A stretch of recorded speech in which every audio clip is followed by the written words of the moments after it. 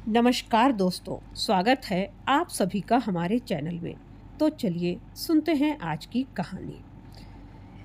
एक माँ की दर्द भरी कहानी। दोस्तों, क्या हो जब एक बूढ़ी विधवा माँ ने अपना पेट काटकर अपने बेटे को किसी चीज की कमी न होने दी हो, उसे पढ़ा लिखा कर इस काबिल बना दिया हो कि वह समाज में फक्र के साथ उठ बैठ सके, इज्जत की रोटी कमा सके, शान से सिर उठाकर जी सके। लेकिन वहीं उसकी बूढ़ी माँ, जिसने अपना पूरा जीवन अपने बेटे के लिए खपा दी हो, उसे दिन रात बेटे बहू के द्वारा सिर्फ ताने मिले। और क्या हो जब एक दिन उस बूढ़ी माँ को उस घर से बोझ समझकर धक्के मारकर बाहर निकाल दिया जाए, जो कभी उस घर की शान हुआ करती थी, उस घर की नींव, उस घर की रीढ़ की हड्डी हुआ करती थी। उसके त्याग और बलिदान को पल भर में भुला दिया जाए। लेकिन दोस्तों, कहते हैं हर चीज का इंसाफ होता है। सच्चाई को इंसान कितना भी छुपाने की कोशिश कर ले, सच्चाई एक न एक दिन उजागर हो ही जाती है। कभी कभी बड़े गलती करते हैं तो छोटे उन्हें सही रास्ते में लाने में अपनी अहम भूमिका निभाते हैं। हमारी आज की कहानी भी बहुत ही भावुक और दिल को छू देने वाली है। इसलिए दोस्तों, आपसे निवेदन है कि इस कहानी को अंत तक जरूर सुनिएगा। और हाँ, अगर कहानी पसंद आई हो तो चैनल को सब्सक्राइब और वीडियो को लाइक करना बिल्कुल ना भूलें। तो दोस्तों, चलिए चलते हैं, कहानी की पूरी सच्चाई जानते हैं। चेतना देवी, जिनके लिए उनका बेटा नवीन ही उनकी पूरी दुनिया हुआ करता था, क्योंकि चेतना देवी की उम्र महज 14 वर्ष थी, तभी उनकी दादी ने उनकी शादी किशोर जी के साथ कर दी थी। क्योंकि चेतना देवी की माँ कैंसर की बीमारी से लड़ते लड़ते हार गई और बहुत जल्दी ही इस दुनिया से चल बसी थी। और उनके गम में चेतना के पिता भी ज्यादा दिन जीवित नहीं रह पाए। और चेतना जब 12 वर्ष की थी तब वे भी इस दुनिया से चल बसे।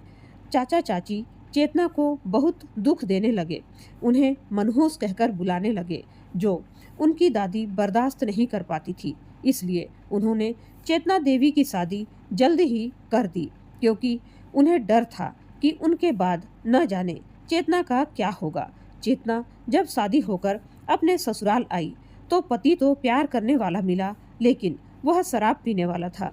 शराब पीने के कारण चेतना देवी के पति किशोर जी ने भी उन्हें उनकी उम्र के 28वें साल में उनका साथ छोड़ दिया। अब चेतना देवी के सामने अपने बेटे को पालने की चुनौती थी, क्योंकि ससुराल वालों ने उन्हें मनहूस कहकर घर से खाली हाथ बाहर निकाल दिया। लोगों ने भी ताना मारा, जन्म लेते ही माँ बाप को खा गई, शादी के बाद पति को खा गई, अब न जाने किसे खाएगी। इसलिए इसे अपने आसपास भी नहीं भटकने देना चाहिए। लोगों के ऐसे भद्दे ताने रोज रोज सुनकर चेतना देवी परेशान हो गई और अपने बेटे नवीन को लेकर दिल्ली शहर में अपना भविष्य तलाशने लगी, जहां कोई भी अपना न हो, ताकि कोई भी उसे ताने न मार सके। चेतना देवी ने अपने बेटे नवीन की परवरिश में कोई कमी नहीं होने दी। वह दिन रात मेहनत करती, खुद भूखी सो जाती, लेकिन अपने बेटे को कभी भूखा नहीं सोने दी। उसकी हर आवश्यकताओं की पूर्ति करने की कोशिश की। नवीन सब समझता था कि माँ उसकी खुशी के लिए क्या क्या दुख सहन करती है। वह अपनी माँ से कहता, माँ, जब मैं बड़ा हो जाऊंगा तो आपको बिल्कुल भी तकलीफ नहीं होने दूंगा। लेकिन नवीन ऊंचा मुकाम पाते ही चेतना देवी की सारी कुर्बानियों को भूल गया और पत्नी जो कहती उसी पर यकीन कर लेता। चेतना देवी की आंखों में रात भर तबीयत खराब के कारण नींद नहीं थी, सिर्फ दर्द था। 68 साल की चेतना देवी, जिनके लिए यह घर कभी जन्नत हुआ करता था, आज उसी घर में वह खुद को बोझ समझी जाने लगी थी। 2 छोटे कमरों का यह घर अब उनके लिए एक कैद बन चुका था। दीवारों से यादें पहले ही हट चुकी थी और अब धीरे धीरे उनकी इज्जत भी घटने लगी थी। गठिया के दर्द से कराहते हुए वह धीरे धीरे अपनी चारपाई से उठी। आराम करना उनके लिए अब कोई विकल्प नहीं था, क्योंकि अगर बहू अंकिता के उठने से पहले काम पूरा नहीं हुआ तो आज फिर उन्हें तानों की आग में जलना पड़ता। बिना कोई आवाज़ किए उन्होंने अपनी पुरानी चप्पल पहनी, लेकिन चप्पल की हल्की सी चट चट की आवाज़ भी उन्हें डरा रही थी। घर में अजीब सी खामोशी थी, सुकून वाली नहीं, बल्कि उस तूफान से पहले वाली जो इस घर में हर रोज आता था। वह धीरे धीरे रसोई की तरफ बढ़ी, लेकिन उनकी नज़र जैसे ही उस बंद दरवाजे पर पड़ी, उनके कदम एक पल के लिए ठहर गए। उस दरवाजे के पीछे उनका बेटा नवीन और 6 साल का मासूम रवि सो रहा था। वही नवीन जिसके लिए उन्होंने अपनी पूरी जिंदगी खपा दी थी। पति के गुजर जाने के बाद लोगों के घरों में काम करके, कपड़े सिल सिल कर, रात रात भर जाग कर उन्होंने उसे पढ़ाया लिखाया था, लेकिन आज वही बेटा अपनी माँ की सिसकियाँ तक नहीं सुन पाता था। चेतना देवी ने गहरी सांस ली और खुद को संभालते हुए रसोई में चली गई। चेतना देवी ने कांपते हाथों से रसोई की लाइट जलाई, गैस का चूल्हा साफ किया और चाय का पानी चढ़ा दिया। उन्हें याद था कि नवीन को सुबह उठते ही अदरक और इलायची वाली कड़क चाय चाहिए होती है। पानी उबलने लगा था। उन्होंने चाय पत्ती का डिब्बा उठाने के लिए स्लैब की तरफ हाथ बढ़ाया, लेकिन शायद बुढ़ापे की कमजोरी या रात भर की घबराहट की वजह से उनके हाथ से स्टील का वो डिब्बा फिसल गया। छन, डिब्बा सीधे फर्श पर गिरा और चाय पत्ती पूरे फर्श पर बिखर गई। आवाज़ बहुत तेज नहीं थी, लेकिन उस सुबह के सन्नाटे में वह किसी बम के धमाके जैसी लगी। चेतना देवी का दिल धक से रह गया। उनकी सांसें तेज हो गई। उन्होंने जल्दी से झुककर डिब्बा उठाया और अपने हाथों से ही फर्श पर बिखरी चायपत्ती को समेटने लगी। उनके हाथ बुरी तरह से कांप रहे थे। तभी पीछे से एक तीखी, नफरत से भरी और कड़कती हुई आवाज आई। सुबह सुबह चैन से सोने भी मत देना इस घर में। क्या दुश्मनी है आपकी मुझसे?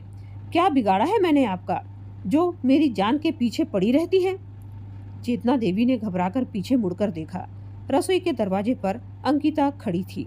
उसने एक महंगा नाइट सूट पहना हुआ था, बाल बिखरे हुए थे और उसके चेहरे पर नींद से कहीं ज्यादा गुस्सा था। और उसके ठीक पीछे 6 साल का मासूम रवि अपनी नींद भरी आंखें मलता हुआ खड़ा था। वह डर कर अपनी माँ का पल्लू पकड़े हुए था। उसकी बड़ी बड़ी मासूम आंखों में खौफ था। उसे समझ में नहीं आ रहा था कि उसकी मम्मी सुबह सुबह उसकी प्यारी दादी पर क्यों चिल्ला रही है। बहू, वो बस हाथ से फिसल गया। मेरी नियत तुम्हें जगाने की नहीं थी बेटा, चेतना देवी ने जमीन पर बैठे बैठे ही सहमी हुई आवाज में कहा। उनकी नजरें अपने पोते रवि पर थी। अपने ही पोते के सामने इस तरह जलील होना उन्हें अंदर तक तोड़ रहा था। नियत तो आपकी कभी कुछ गलत करने की होती ही नहीं है, बस सारे उल्टे काम अपने आप ही हो जाते हैं। अंकिता भुनभुनाते हुए आगे बढ़ी। उसने गुस्से से गैस बंद कर दी। हटिए यहाँ से। आपके हाथ की मनहूस चाय पीकर वैसे भी मेरा पूरा दिन खराब हो ही जाता है। अंकिता ने झटके से रवि का हाथ पकड़ा। तू यहाँ खड़ा खड़ा क्या देख रहा है? तुझे भी इनके साथ बर्तन फोड़ने हैं क्या? चल अंदर। रवि रोने जैसी शक्ल बनाकर अपनी दादी को मुड़ मुड़ कर देखता हुआ अपनी माँ के साथ खींचता चला गया। चेतना देवी चुपचाप सिर झुकाए रसोई से बाहर आ गई। उनके गले में एक भारी पंसा आ गया था। आंसू आंखों के किनारों पर आकर रुक गए थे। सुबह के 8 बज चुके थे। घर का माहौल अभी भी तनावपूर्ण था। नवीन ऑफिस जाने के लिए तैयार हो रहा था। नवीन एक बड़ी प्राइवेट कंपनी में अच्छे पद पर काम करता था और घर का पूरा खर्च उसी के कंधों पर था। इसी बात का गुरूर अंकिता को हमेशा रहता था। चेतना देवी ने नवीन और रवि के लिए नाश्ते की प्लेट डाइनिंग टेबल पर रख दी थी। उन्होंने अपने दर्द को छुपाते हुए रवि के लिए आलू के पराठे बनाए थे। रवि चुपचाप सिर झुकाए कुर्सी पर बैठा अपना पराठा खा रहा था। वह बीच बीच में अपनी दादी की तरफ देखता, जो एक कोने में खड़ी होकर बस यह सुनिश्चित कर रही थी कि किसी को किसी चीज की कमी तो नहीं हो रही है। नवीन टाई की गांठ ठीक करते हुए बाहर आया और कुर्सी पर बैठ गया। उसका चेहरा तनाव में था। ऑफिस की फाइलें और लैपटॉप का बैग बगल में रखा था। तभी अंकिता कमरे से बाहर आई। उसने चेहरे पर एक ऐसा भाव बना लिया जैसे वो दुनिया की सबसे पीड़ित महिला हो। उसने जानबूझकर एक गहरी सांस ली और नवीन की कुर्सी के ठीक पीछे जाकर खड़ी हो गई। नवीन, मैं अब और बर्दाश्त नहीं कर सकती, अंकिता ने अपनी आवाज में नकली रुलाई भरते हुए कहा। क्या क्या क्या हुआ सुबह सुबह? अब किसने क्या कर दिया? नवीन ने बिना ऊपर देखे झल्लाहट भरे स्वर में पूछा। किसने क्या किया? इस घर में मेरे और तुम्हारे अलावा तीसरी सिर्फ तुम्हारी माँ ही तो होती है। सुबह 6 बजे से किचन में बर्तन पटक पटक कर मेरी नींद खराब कर दी। जानती हैं कि रवि रात को ठीक से सोया नहीं था, फिर भी इन्हें हमारी कोई फिक्र ही नहीं है। और जब मैंने प्यार से कहा कि माँ जी आराम से काम कर लीजिए तो मुझे गालियां देने लगी। चेतना देवी वहीं कोने में खड़ी थी। उनके कानों पर यकीन नहीं हो रहा था कि अंकिता इतना बड़ा झूठ इतनी आसानी से कैसे बोल सकती है। उन्होंने रुआसी आवाज में कहा, नवीन बेटा, ये बहुत झूठ बोल रही है। मेरे हाथ से बस चाय पत्ती का डिब्बा गिर गया था। मैंने इसे पलटकर एक शब्द भी कुछ नहीं कहा। तू चाहे तो रवि से पूछ ले, वह वहीं था। चेतना देवी की आवाज कांप रही थी। अपनी दादी को रोते देख रवि ने डरते हुए कहा, पापा, दादी ने कुछ नहीं। तो चुप कर। अंकिता ने रवि को बीच में ही डपट दिया। रवि डर कर अपनी कुर्सी पर सिकुड़ गया। नवीन ने नाश्ते की प्लेट को जोर से धक्का दिया। स्टील की प्लेट खिसक कर टेबल के दूसरे छोर तक गई और पानी का कांच का गिलास छलक कर गिर पड़ा। बर्तन की इस तेज आवाज से रवि बुरी तरह चौंक गया। उसके हाथ से पराठे का टुकड़ा छूट गया। बस करो माँ, नवीन पूरी ताकत से चिल्लाया। दिन भर ऑफिस में गधों की तरह काम करके मेरा दिमाग वैसे ही खराब रहता है और यहाँ सुबह सुबह तुम दोनों का ये घटिया नाटक शुरू हो जाता है। तुम क्यों नहीं टिक कर बैठ सकती एक जगह? अंकिता घर का इतना काम करके थक जाती है, उसे सोने दिया करो ना। पर बेटा, मैं तो बस तेरे लिए चाय, मुझे नहीं पीनी तुम्हारी चाय। अगर तुम इस घर में शांति से नहीं रह सकती तो कोई और ठिकाना ढूंढ लो। नवीन ने अपना लैपटॉप बैग उठाया और झटके से दरवाजे की तरफ बढ़ा। जाते जाते उसने अंकिता से नरम स्वर में कहा, तुम अपना ध्यान रखो और अगर ये ज़्यादा परेशान करे तो मुझे ऑफिस में फ़ोन कर देना। दरवाज़ा जोर से धड़ाम की आवाज़ के साथ बंद हुआ। चेतना देवी वहीं बूत बनकर खड़ी रह गई। अंकिता एक विजयी मुस्कान के साथ अपने कमरे में चली गई। डाइनिंग टेबल पर बैठा नन्हा रवि अपनी सहमी हुई आंखों से बस अपनी दादी के बहते आंसुओं को देख रहा था। वह चुपचाप अपनी कुर्सी से उतरा और अपने छोटे छोटे हाथों से अपनी दादी की साड़ी का किनारा पकड़ लिया। चेतना देवी ने फूट फूट कर रोते हुए अपने पोते को गले से लगा लिया। दोपहर के 2 बज रहे थे। दिल्ली की चिलचिलाती गर्मी अपने चरम पर थी। नवीन ऑफिस जा चुका था और अंकिता अपने कमरे में एसी चलाकर फोन पर बात कर रही थी। उसकी हंसने की आवाजें बाहर तक आ रही थी। चेतना देवी बाहर हॉल में एक पुरानी और घिसी हुई चटाई पर बैठी हुई थी। सुबह के उस भयानक तमाशे के बाद से चेतना देवी ने एक घूंट पानी तक नहीं पिया था। उनके पेट में भूख के मारे ऐंठन हो रही थी। शुगर की बीमारी के कारण उनका सिर भी चकराने लगा था। उन्होंने हिम्मत करके रसोई की तरफ कदम बढ़ाया। उन्होंने फ्रिज खोला।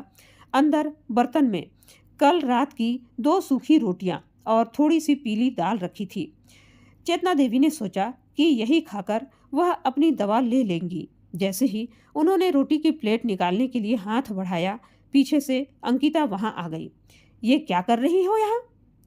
अंकिता ने अपनी कर्कश आवाज में पूछा। भूख लगी है बहू, कल रात से कुछ नहीं खाया, दवा भी खानी है। अंकिता ने आगे बढ़कर झटके से फ्रिज का दरवाजा बंद कर दिया। मुफ्त की रोटियां तोड़ने की आदत पड़ गई है ना तुम्हारी। सुबह का सारा तमाशा तुम्हारे कारण ही हुआ। नवीन भूखा ऑफिस चला गया है और तुम्हें यहाँ भूख लग रही है। कोई खाना नहीं मिलेगा तुम्हें आज। तभी 6 साल का रवि जो अपने कमरे में था बाहर आ गया। उसने देखा कि उसकी दादी जमीन पर बैठकर रो रही है। रवि से अपनी दादी का दर्द देखा नहीं गया। वह दौड़कर अपने खिलौनों वाला डिब्बे के पास गया। उसमें से उसने अपना आधा खाया हुआ बिस्किट का पैकेट निकाला और भागकर अपनी दादी के पास आया। दादी, ये लो, बिस्किट खा लो। मम्मा गंदी है, आप मत रो। रवि ने अपनी तुतली आवाज में अपनी दादी के आंसू पोंछते हुए कहा। चेतना देवी का दिल भर आया, लेकिन इससे पहले कि वह बिस्किट ले पाती, अंकिता का गुस्सा 7वें आसमान पर पहुंच गया। उसने रवि के हाथ से बिस्किट छीनकर फेंक दिया और उसकी बाह को बहुत जोर से पकड़ा। तुझे बड़ा दर्द हो रहा है इस बुढ़िया का? तुझे भी इनके साथ भूखा मरना है क्या? चल अंदर। छोड़ दो बहू, उसे मत मारो, बच्चा है वह। चेतना देवी जमीन से उठने की कोशिश करते हुए चिल्लाई। तुम चुप रहो, मेरे बेटे से दूर रहना आज के बाद। अंकिता ने रवि को घसीटते हुए अपने कमरे की तरफ ले गई। रवि दर्द और डर से जोर जोर से रो रहा था। मम्मा छोड़ो, दादी के पास जाना है। कमरे का दरवाजा बहुत जोर से बंद हुआ। चेतना देवी वहीं ठंडे फर्श पर बैठ गई। अपने पोते की उन चीखों को सुनकर उनका दिल फटा जा रहा था। वह इस घर में अब एक बोझ बन चुकी थी, जिसकी सजा उनके मासूम पोते को भी मिल रही थी। शाम के करीब 7:30 बज रहे थे। नवीन थका हारा घर लौटा। उसके सिर में तेज दर्द हो रहा था और वह बस यह चाहता था कि घर जाकर उसे शांति मिले, लेकिन जैसे ही उसने दरवाजा खोला, उसके पैरों तले जमीन खिसक गई। घर के अंदर का नज़ारा किसी युद्ध के मैदान जैसा लग रहा था। बीच हॉल में एक बड़ा सा सूटकेस खुला हुआ रखा था और अंकिता उसमें पागलों की तरह अपने और रवि के कपड़े भर रही थी। वह जोर जोर से रो रही थी। रवि सोफे के एक कोने में दुबक कर बैठा हिचकियां ले लेकर रो रहा था और हॉल के दूसरे कोने में चेतना देवी जमीन पर सिकुड़ कर बैठी थी। ये सब क्या है अंकिता? तुम सूटकेस क्यों पैक कर रही हो? नवीन ने घबरा कर पूछा। ऑफिस का बैग उसके हाथ से छूटकर जमीन पर गिर गया। अंकिता दौड़कर नवीन के पास गई और उसके सीने से लगकर फूट फूट कर रोने का जबरदस्त नाटक शुरू कर दिया। मैं जा रही हूँ नवीन, मैं इस घर में अब एक पल भी और नहीं रह सकती। आज तो हद ही हो गई नवीन, मेरी जान बाल बाल बची है। क्या क्या क्या मतलब? क्या हुआ है? नवीन का धैर्य जवाब दे रहा था। अंकिता ने चेतना देवी की तरफ उंगली उठाई। तुम्हारी इस माँ ने आज दोपहर में मुझे और रवि को जान से मारने की कोशिश की। जब तुम ऑफिस चले गए तो इन्होंने मुझसे कहा कि मैं इनके बेटे को इनसे छीन रही हूँ और कहा कि आज रात के खाने में वो मुझे और रवि को जहर दे देंगी। यह सुनते ही नवीन के होश उड़ गए। क्या क्या बकवास कर रही हो तुम? चेतना देवी ऐसा खौफनाक इल्जाम सुनकर अपनी जगह से खड़ी हो गई। नवीन, ये झूठ बोल रही है बेटा, सफ़ेद झूठ। भगवान कसम, मैंने इसे छुआ तक नहीं है। जहर की बात तो दूर, मैंने तो सुबह से एक दाना नहीं खाया और एक घूंट पानी तक नहीं पिया है। तू रवि से पूछ ले, वो सब देख रहा था। नवीन ने रवि की तरफ देखा। रवि डरा हुआ था। जैसे ही वह कुछ बोलने के लिए आगे बढ़ा, अंकिता ने झपट कर रवि को अपनी तरफ खींच लिया। देखा नवीन, अब ये औरत मेरे मासूम बच्चे को भी बीच में ला रही है। यह इसे डरा रही है। नवीन, मेरी और मेरे बच्चे की जान को खतरा है इस औरत से। अंकिता चीख रही थी। नवीन का चेहरा गुस्से से लाल हो चुका था। उसका दिमाग काम करना बंद कर चुका था। उसने अपनी माँ की तरफ ऐसी नज़रों से देखा जैसे वह कोई अजनबी हो, कोई अपराधी हो। माँ, क्या आप सच में पागल हो गई हैं? आप मेरी बीवी को, मेरे बच्चे को जहर देने की बात कर रही हैं? नवीन शेर की तरह दहाड़ा। बेटा, मेरी बात तो सुन। चुप रहिए आप, मुझे आपकी एक भी आवाज़ नहीं सुननी। तभी अंकिता ने अपना आखिरी पासा फेंका। वो सूटकेस की चैन बंद करके खड़ी हो गई। उसने रोते हुए रवि का हाथ कसकर पकड़ा और दरवाजे के पास जाकर खड़ी हो गई। नवीन, आज फैसला तुम्हें करना ही होगा। अंकिता की आवाज़ में अब एक सख्त धमकी थी। या तो इस घर में तुम्हारी ये माँ रहेगी या फिर मैं और मेरा बेटा रवि। फैसला तुम्हारा है। अगर आज ये औरत इस घर से बाहर नहीं गई तो मैं रवि को लेकर हमेशा हमेशा के लिए ये घर छोड़ दूंगी और मैं सीधा पुलिस स्टेशन जाऊंगी और FIR दर्ज कराऊंगी कि तुम्हारी माँ ने मुझे और मेरे बेटे को जान से मारने की कोशिश की है। कमरे में एक भयानक दम घोटू सन्नाटा छा गया। सिर्फ मासूम रवि के सिसकने की दर्द भरी आवाज़ गूंज रही थी, जो बार बार कह रहा था, पापा पापा। चेतना देवी की सांसें अटक गई। उन्होंने उम्मीद और बेबसी से भरी नज़रों से अपने बेटे नवीन की तरफ देखा। उन्हें पूरा यकीन था कि उनका बेटा, जिसके लिए उन्होंने अपनी पूरी जिंदगी दांव पर लगा दी थी, वह इन झूठे इल्जामों में आकर अपनी माँ को घर से बाहर नहीं निकालेगा। नवीन अपनी जगह पर पत्थर की मूर्ति की तरह खड़ा था। उसकी नज़रें रोते हुए रवि पर थी, फिर दरवाजे पर खड़ी अपनी पत्नी पर, और अंत में उसने धीरे से अपनी नज़रें मोड़कर अपनी बूढ़ी, बेबस, कांपती हुई माँ की तरफ देखा। नवीन ने एक गहरी सांस ली। उसके चेहरे के भाव पूरी तरह से कठोर हो चुके थे। उसने अपनी माँ की आंखों में देखते हुए एक ऐसी बात कही जिसने चेतना देवी की पूरी दुनिया, उनका वजूद, उनका विश्वास, सब कुछ एक पल में चकनाचूर कर दिया। नवीन की उंगली अपनी कांपती हुई माँ चेतना देवी की तरफ तनी थी। घर में एक भयानक सन्नाटा था। नवीन ने गहरी सांस ली और अपनी आंखों से सारी शर्म और लिहाज को दरकिनार करते हुए कहा, माँ, आप अभी के अभी इसी वक्त मेरे घर से निकल जाइए। चेतना देवी को लगा जैसे उनके कानों में पिघला हुआ शीशा डाल दिया गया हो। उनका अपना खून, उनका नवीन, जिसके लिए उन्होंने अपनी पूरी जवानी, अपने शौक, अपना सब कुछ कुर्बान कर दिया था, आज उन्हें घर से निकाल रहा था। नवीन, नवीन बेटा। चेतना देवी के कंठ कांप रहे थे। पर कोई बेटा नहीं, मुझे मेरी बीबी और बच्चे की जान ज़्यादा प्यारी है। नवीन ने कहा, आप जाइए यहाँ से। नवीन ने अपना मुंह फेर लिया। अंकिता के चेहरे पर एक शैतानी और विजयी मुस्कान तैर गई। चेतना देवी ने एक नज़र अंकिता को देखा, फिर अपने रोते हुए रवि को, और अंत में नवीन की पीठ को। उन्होंने कोई सफाई नहीं दी। जब अपनों ने ही गवाही सुनने से इनकार कर दिया हो, तो अदालत में खड़े होने का कोई फायदा ही नहीं था। चेतना देवी ने कोने में रखा अपना एक पुराना थैला उठाया, जिसमें उनके 2 जोड़े कपड़े थे। अपनी फटी हुई शॉल ओढ़ी और बिना एक आंसू बहाए, बिना पलटकर देखे उस घर की चौखट पार कर गई, जिसकी नींव में उनका खून पसीना मिला था। बाहर घनघोर अंधेरा था और तेज बारिश शुरू हो चुकी थी। दरवाजा बंद हुआ। रवि अपनी माँ के हाथ से छूटकर दरवाजे की तरफ भागा। दादी, दादी, मत जाओ। लेकिन अंकिता ने उसे खींचकर थप्पड़ जड़ दिया और उसे कमरे में बंद कर दिया। अगली सुबह बारिश रुक चुकी थी। अंकिता बहुत खुश थी। आज उसे सुबह 6 बजे उठने की कोई टेंशन नहीं थी। घर पर सिर्फ उसका राज था। उसने आराम से उठकर अपने लिए कॉफ़ी बनाई और गुनगुनाते हुए रवि के कमरे की तरफ गई ताकि उसे स्कूल के लिए उठा सके। उसने कमरे का दरवाज़ा खोला।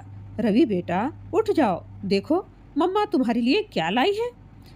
अंकिता के हाथ से कॉफ़ी का मग छूटकर जमीन पर चकनाचूर हो गया। बिस्तर खाली था। रवि कमरे में नहीं था। कमरे की खिड़की खुली हुई थी और पर्दे हवा में उड़ रहे थे। अंकिता की चीख निकल गई, नवीन, नवीन, उठो। रवि कमरे में नहीं है। नवीन हड़बड़ाकर उठा। दोनों पागलों की तरह पूरा घर छान मारने लगे। बाथरूम, रसोई, छत। रवि कहीं नहीं था। मुख्य दरवाजा अंदर से बंद था। इसका मतलब था कि रवि खिड़की के रास्ते बाहर गया था। नवीन के पसीने छूटने लगे। उसने कांपते हाथों से अपना फ़ोन निकाला ताकि पुलिस को फ़ोन कर सके। तभी अंकिता रोते हुए बोली, नवीन, मेरा फ़ोन भी नहीं मिल रहा है। कल रात मैंने टेबल पर रखा था। नवीन ने तुरंत अपने फ़ोन से अंकिता के नंबर पर कॉल किया। फ़ोन की रिंगटोन रवि के बिस्तर के ठीक नीचे से आ रही थी। नवीन ने झुक कर देखा तो वहाँ रवि का स्कूल का बैग पड़ा था और उसके अंदर से फ़ोन बज रहा था। नवीन ने बैग से फ़ोन निकाला। फ़ोन की स्क्रीन ऑन थी और स्क्रीन पर एक व्हाट्सएप वॉइस नोट प्ले हो रहा था, जिसे रवि ने शायद अपनी छोटी उंगलियों से गलती से ऑन कर दिया था। वो वॉइस नोट अंकिता ने कल शाम को अपनी सहेली दीप्ति को भेजा था। नवीन की नज़र स्क्रीन पर पड़ी और वॉइस नोट से अंकिता की असली आवाज़ पूरे कमरे में गूंज उठी। वॉइस नोट की आवाज़। अरे दीप्ति, आज तो मैंने ऐसा धांसू एक्टिंग की है ना कि नवीन ने अपनी उस बुढ़िया माँ को हमेशा हमेशा के लिए धक्के मारकर घर से बाहर निकाल दिया है। हा हा हा हा। अरे, मैंने झूठा ही बोल दिया कि वह मुझे और रवि को जहर दे रही थी। बेचारी बुढ़िया ने तो सुबह से एक घूंट पानी तक नहीं पिया था और मैंने उस पर जहर देने का इल्जाम लगा दिया और मेरा बेवकूफ़ पति मान भी गया। अब इस घर में सिर्फ और सिर्फ मेरा राज होगा। यह सुनते ही नवीन के हाथ से फोन छूटकर गिर पड़ा। उसका पूरा शरीर लकवा मार जाने की तरह सुन्न हो गया। उसके पैरों तले जमीन नहीं, पूरा आसमान ही फट चुका था। उसने अपनी माँ के साथ क्या कर दिया था? अपनी पत्नी के एक झूठे नाटक के लिए उसने अपनी उस माँ को रात के अंधेरे और बारिश में घर से निकाल दिया, जिसने उसके लिए भूखे पेट रातें गुजारी थी। नवीन ने खूंखार नजरों से अंकिता की तरफ देखा। अंकिता का चेहरा सफ़ेद पड़ चुका था। उसके पाप का घड़ा बीच चौराहे पर फूट चुका था। नवीन, वो मैं। चुप रहो तुम डायन। नवीन दहाड़ा। अगर मेरे बेटे और मेरी माँ को कुछ हुआ तो मैं तुम्हारी जान ले लूँगा। नवीन पागलों की तरह घर से बाहर दौड़ा। अंकिता वहीं बूत बनकर खड़ी रह गई। उसका सारा घमंड, सारी चालाकी एक पल में चकनाचूर हो चुका था। उसे समझ में आ गया था कि आज उसका असली चेहरा सामने आ चुका है और अब नवीन उसे छोड़ेगा नहीं। अपना ऐसो आराम और पति छीन जाने के खौफ ने उसे जकड़ लिया। उसकी आंखों में एक भयानक डरावनापन आ गया। नवीन, मेरी बात तो सुनो। चीखते हुए अंकिता भी बिना चप्पल पहने पागलों की तरह नवीन के पीछे पीछे सड़क की तरफ दौड़ पड़ी। नवीन सड़कों पर पागलों की तरह भाग रहा था। रवि, माँ, वो हर गली पर, चौराहे पर पूछ रहा था। उसके कुछ ही कदम पीछे अंकिता भी रोते हाँफते हुए भाग रही थी। लोगों की नजरें उस पर थी जो कल तक महारानी बनकर घूमती थी, आज सड़क पर बेसुध होकर रोती हुई दौड़ रही थी। तभी मोहल्ले के एक दुकानदार ने बताया कि उसने सुबह सुबह एक छोटे बच्चे को मंदिर की तरफ जाते देखा था। नवीन और अंकिता भागते हुए मोहल्ले के पुराने हनुमान मंदिर पहुंचे। वहां का नज़ारा देखकर नवीन की रूह कांप गई और अंकिता के तो पैरों तले जमीन ही खिसक गई। मंदिर की ठंडी सीढ़ियों पर चेतना देवी सुकुड़ कर लेटी हुई थी। रात भर बारिश में भीगने के कारण वह बुखार से तप रही थी और उनके ठीक बगल में 6 साल का मासूम रवि बैठा हुआ था। रवि ने अपनी छोटी सी रेनकोट अपनी दादी के ऊपर ओढ़ा रखी थी और अपने छोटे छोटे हाथों से दादी के पैर दबा रहा था। उसके दूसरे हाथ में उसका पिगी बैंक गुल्लक था। माँ, रवि, नवीन फूट फूट कर रोते हुए सीढ़ियों पर चढ़ा। अंकिता भी लड़खड़ाते हुए सीढ़ियों पर आ गिरी और रोते हुए रवि की तरफ हाथ बढ़ाया। 6 साल के रवि ने झटके से नवीन और अंकिता दोनों का हाथ झटक दिया और अपनी दादी के सामने ढाल बनकर खड़ा हो गया। उसकी आंखों में एक बच्चे की मासूमियत नहीं, बल्कि एक अजीब सा गुस्सा और नफरत थी। दूर हटो यहाँ से। रवि अपनी तुतली लेकिन सख्त आवाज में चिल्लाया। रवि बेटा, मम्मा के पास आओ, मुझे माफ कर दो। अंकिता फूट फूट कर रोते हुए आगे बढ़ी। नहीं, तुम झूठी हो मम्मा। रवि ने चीखते हुए कहा। तुमने मेरी दादी को भूखा रखा और आप गंदे हो पापा। आपने दादी को बारिश में निकाल दिया। मैंने अपनी गुल्लक तोड़ ली है। अब मैं अपनी दादी को बिस्किट खिलाऊंगा। रवि ने एक पल के लिए नवीन और अंकिता दोनों को देखा और फिर वह बात कही जो हर उस इंसान के मुंह पर तमाचा थी जो अपने माँ बाप को बोझ समझता है। और सुन लो पापा, मम्मा, जब आप दोनों बूढ़े हो जाओगे ना, तब मैं भी आपको बिल्कुल ऐसे ही धक्के मारकर घर से निकालूंगा। इसीलिए मैं अभी से दादी के साथ रहकर घर से बाहर रहने की प्रैक्टिस कर रहा हूँ, ताकि कल को मुझे आपकी तरह पाप न लगे। एक 6 साल के बच्चे के मुंह से निकली यह बात नवीन और अंकिता दोनों के सीने को चीरते हुए आर पार हो गई। मैं भी आपको ऐसे ही धक्के मारकर निकाल दूंगा। यह शब्द किसी हथौड़े की तरह दोनों के दिमाग पर बज रहे थे। जो बीज वो आज बो रहे थे, कल उनका ही बेटा उन्हें वही फल देने वाला था। नवीन और अंकिता दोनों धड़ाम से अपनी माँ के पैरों में गिर पड़े। वे बच्चों की तरह दहाड़े मार मार कर रोने लगे। अंकिता को अपनी चालाकी पर सबसे बड़ा पछतावा हो रहा था, क्योंकि आज उसने अपना पति और अपना बेटा दोनों का प्यार हमेशा हमेशा के लिए खो दिया था। मुझे माफ़ कर दो माँ, मैं अंधा हो गया था। मुझे अपने ही घर में पल रहा जहर नहीं दिखा। चलिए माँ, घर चलिए। नवीन अपनी माँ के पैर चूमते हुए गिड़गिड़ा रहा था। अंकिता भी हाथ जोड़कर फूट फूट कर रो रही थी। तभी मंदिर के पुजारी और कुछ आश्रम के लोग वहां आ गए। चेतना देवी को होश आ चुका था। उन्होंने अपने कांपते हाथों से नवीन के सिर पर हाथ रखा। नवीन को लगा कि माँ ने उसे माफ कर दिया है, लेकिन चेतना देवी ने नवीन को खुद से दूर कर दिया। वह सहारे से उठी और एक गहरी सांस ली। नवीन, चेतना देवी की आवाज में अब कोई बेबसी नहीं थी, बल्कि एक स्वाभिमान था। माँ की ममता अंधी जरूर होती है बेटा, लेकिन एक औरत का स्वाभिमान जब टूटता है ना, तो वह कभी वापस नहीं जुड़ता। तूने कल रात अपना फैसला सुना दिया था, आज मेरा फैसला सुन। माँ, ऐसा मत कहो। तूने मुझे जिस घर से निकाला था वो मेरे पति का नहीं, बल्कि मेरे खून पसीने की कमाई से बनाया हुआ घर था, जिसे तूने अपना कह दिया तो मैं भी मान लेती हूँ कि वो घर तेरा ही है। अब मैं तेरे घर वापस कभी नहीं आऊँगी, जिस घर में मेरी इज्जत नहीं, जहाँ मेरे पोते को मेरे लिए नफरत सिखाई जा रही हो, वहाँ ये बूढ़ी हड्डियाँ नहीं गलेंगी। चेतना देवी ने रवि के माथे को चूमा और आश्रम वालों के साथ आगे बढ़ गई।